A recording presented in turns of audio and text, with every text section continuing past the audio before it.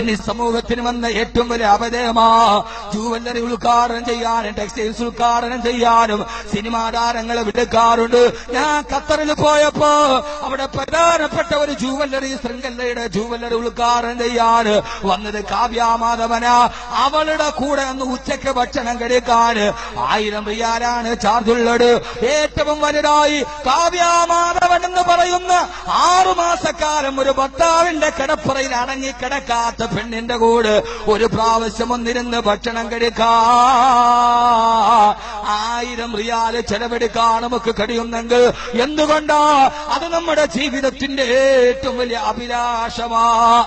എന്താ അഭിലാഷം?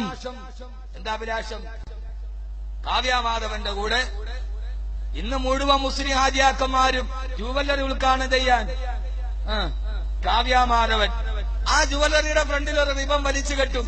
ഈ പെണ്ണ് അവള് തന്നെ സ്വന്തം ഭർത്താവിന്റെ കൂടെ 6 മാസം അടങ്ങി കിടന്നിട്ടില്ല, വേറൊരുത്തിയുടെ ജീവിതം തകർക്കുകയും ചെയ്തു. എന്നിട്ട് തന്നെ അവിടെ അത് വിടട്ടെ, ഒന്നില്ലെന്ന് മാത്രമല്ല വേറൊന്നിനെ എത്തിങ്ങാനെ ആക്കുകയും ചെയ്തു. ഇതൊക്കെ ഉള്ളപ്പോഴും ആ പെണ്ണിനെ കൊണ്ടുപോയി ജുവല്ലറിയുടെ മുമ്പിൽ റിബൺ വലിച്ചു കെട്ടി.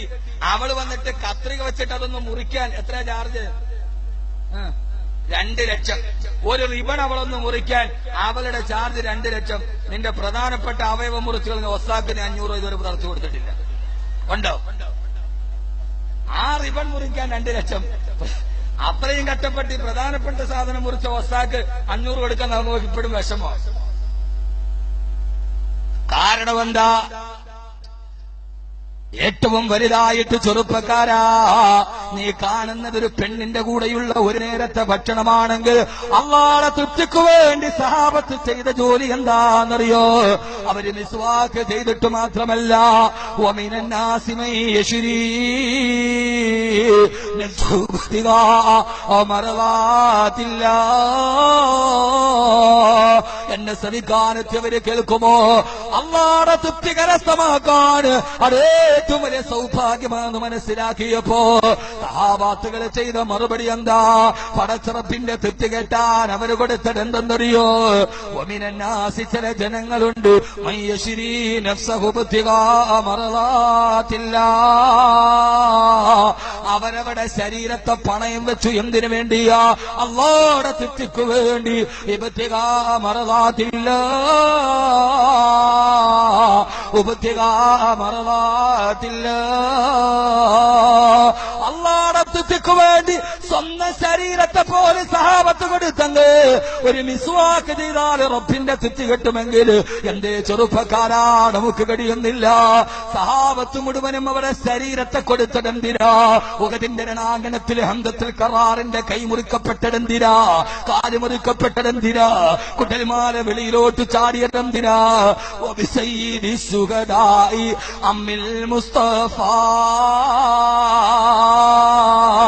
ഉഹദിന്റെ രണാങ്കണത്തിൽ തന്റെ പ്രിയപ്പെട്ട കൊച്ചാപ്പയുടെ നെഞ്ചി പിളർന്നു മാറിയിട്ട് കരളി ചവച്ചു തുപ്പി കിടക്കുന്നത് കണ്ടപ്പോ അല്ലാഹുവിന്റെ റസൂല് പോലും പൊട്ടിക്കരഞ്ഞു പോയെങ്കിൽ വഹിശി നെഞ്ചത്ത് കയറി എന്നിട്ട് കൈവെട്ടിയെടുക്കുമ്പോ, കാല് വെട്ടിയെടുക്കുമ്പോ, നെഞ്ചി പിളർന്നിട്ട് കരളി ചവച്ചു തുപ്പുമ്പോ ഹംസാ റളിയല്ലാഹു അൻഹു പറഞ്ഞിട്ടുണ്ട്,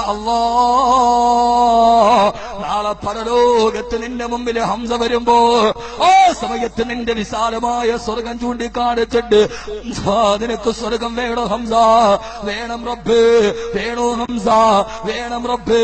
എന്റെ സ്വർഗത്തിന് പകരമായിട്ട് നിന്റെ കയ്യിൽ എന്തുണ്ട് ഹംസ? എന്റെ തൃപ്തിയില്ലാത്തവർക്ക് സ്വർഗമില്ല ഹംസ.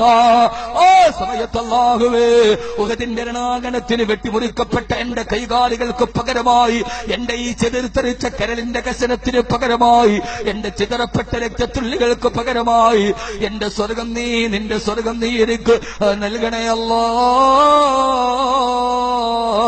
എന്ന് ഹംസക്ക് പറയാനാ. ഹംസ കൈകാലുകൾ വെട്ടിമുറിക്കപ്പെട്ടത് പൊന്നുമോനെ അല്ലാഹുവിന്റെ തൃപ്തിക്ക് വേണ്ടി ശരീരത്തെ അവർ കൊടുത്തപ്പോ ഉഹദിരണാങ്കണത്തിലൊരു സഹാബി പറയുന്നുണ്ട്, ഒരു സഹാബിയായ ചെറുപ്പക്കാരനായ സഹാബി, അദ്ദേഹം ദിവസങ്ങളായിട്ട് പട്ടിണിയില. ആരോ കൊണ്ടുപോയിട്ട് ഒരു ഈത്തപ്പഴം കയ്യിൽ കൊടുത്തു. ആ ഈത്തപ്പഴം എടുത്തിട്ട് വിശപ്പടക്കാൻ കുറെ ദിവസങ്ങളായി പട്ടിണി കിടന്ന് വിശക്കുമ്പോ ആ സമയത്തൊന്ന് വിശപ്പടക്കാൻ ചെറുപ്പക്കാർ ഈത്തപ്പടം വായിലോട്ട് വെക്കുമ്പോഴാണ് ആ സമയത്ത് അല്ലാഹുവിന്റെ റസൂലിന്റെ പ്രഖ്യാപനം വന്നത്, വസാരിഊ ഇലാ മഗ്ഫിറത്തിൻ മിർ റബ്ബികും വജന്നാ. അല്ലാഹുവിന്റെ ആകാശഭൂമികളെക്കാൾ വിശാലമായ സ്വർഗത്തിലേക്ക് ഓടി വരിക. അല്ലാഹുവിന്റെ റസൂൽ ഈ ആയത്ത് പറയുമ്പോ സ്വർഗത്തിലേക്ക് ഓടി വരാൻ വരുമ്പോ പടച്ചറപ്പിന്റെ തൃപ്തി വിട്ടുന്ന കാര്യമല്ലേ.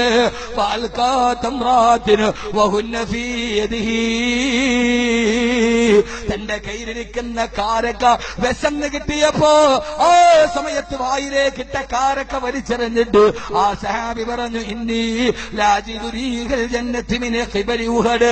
ഉഹദ് മലയുടെ മറുഭാഗത്ത് നിന്ന് സ്വർഗത്തിന്റെ പരിമളം വരുന്നു. അത് ആസ്വദിക്കാൻ എനിക്ക് തിടുക്കമായി. ആ സ്വർഗത്തിലേക്ക് പോകാൻ ഈ കാരക്ക തിന്നുന്ന സമയം വരെ കാത്തിരിക്കാൻ കഴിയില്ല. ഇന്നഹാല ഹയാത്തനെ തവീര. കാരക്ക തിന്നുന്ന സമയം വളരെ ദൈർഘ്യമാണ് പറഞ്ഞ് പട്ടിണി കിടന്നപ്പോ കിട്ടിയ കാരക്ക വലിച്ചെറിഞ്ഞിട്ട് ഉഹദിന്റെ രണാങ്കണത്തിലേക്ക് പോയടെന്തിനാ. ഒമിനന്നാസി മൻ യശ്രി നഫ്സഹു ബത്തിഗാ മർദാത്തില്ലാ. പടച്ചറപ്പിന്റെ തൃപ്തിക്ക് വേണ്ടിയാണെങ്കിൽ വരിളുവാനും മിനല്ലാഹി അക്ബർ, അല്ലാഹുവിന്റെ തൃപ്തിയാണ് വലുതായി കരുതുന്നതെങ്കിൽ എന്റെ പ്രിയപ്പെട്ട മുസ്ലിം ചെറുപ്പക്കാരാ, പോരേടത്ത് താമസിക്കുന്ന യൗവനത്തിന്റെ കരുത്തുറ്റ പ്രതീകമായ ചെറുപ്പക്കാരാ, എന്തേ പടച്ചറപ്പിന്റെ തൃപ്തി നിനക്ക് ഇഷ്ടമല്ല? അല്ലാഹുവിന്റെ തൃപ്തി നിനക്ക് വലുതാകുന്നില്ല. നിന്റെ പാർട്ടിയുടെ തൃപ്തി നിനക്ക് വലുതാ. ഇവിടെ ധാരാളം കോൺഗ്രസ് പാർട്ടിയിൽ പ്രവർത്തിക്കുന്നവരുണ്ടാകും, കമ്മ്യൂണിസ്റ്റ് പാർട്ടിയിൽ പ്രവർത്തിക്കുന്നവരുണ്ടാവും, ഡിവൈഎഫ്ഐയുടെ പ്രവർത്തകരുണ്ടാകും, യൂത്ത് കോൺഗ്രസിന്റെ പ്രവർത്തകരുണ്ടാകും, കെഎസ്യുവിന്റെ പ്രവർത്തകരുണ്ടാവും, എസ്ഡിപിയുടെ പ്രവർത്തകരുണ്ടാവും, ധാരാവിധ രാഷ്ട്രീയ പാർട്ടിയിൽ പ്രവർത്തിക്കുന്നവരുണ്ടാകും.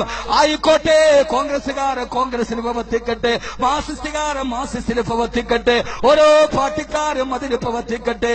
പക്ഷേ പോരേടത്ത് പടച്ചറപ്പിനിട്ടമുള്ളൊരു കാര്യം വന്ന, അല്ലാഹുവിന്റെ ദീനിന്റെ കാര്യം വന്ന, അല്ലാഹുവിന്റെ ദീനിന്റെ കാര്യം വരുമ്പോ പോരേടത്തെ പ്രിയപ്പെട്ട കർമ്മോത്സകരായ പൊന്നു ചെറുപ്പക്കാരാ, അവിടെ ഏറ്റവും വലുത് കോൺഗ്രസ് അല്ല, അവിടെ ഏറ്റവും വലിയ മാർക്സിസ്റ്റ് പാർട്ടിയല്ല, അവിടെ ഏറ്റവും വലുത് നമ്മൾ സിന്ദാബാദ് വിളിച്ച പാർട്ടിയല്ല.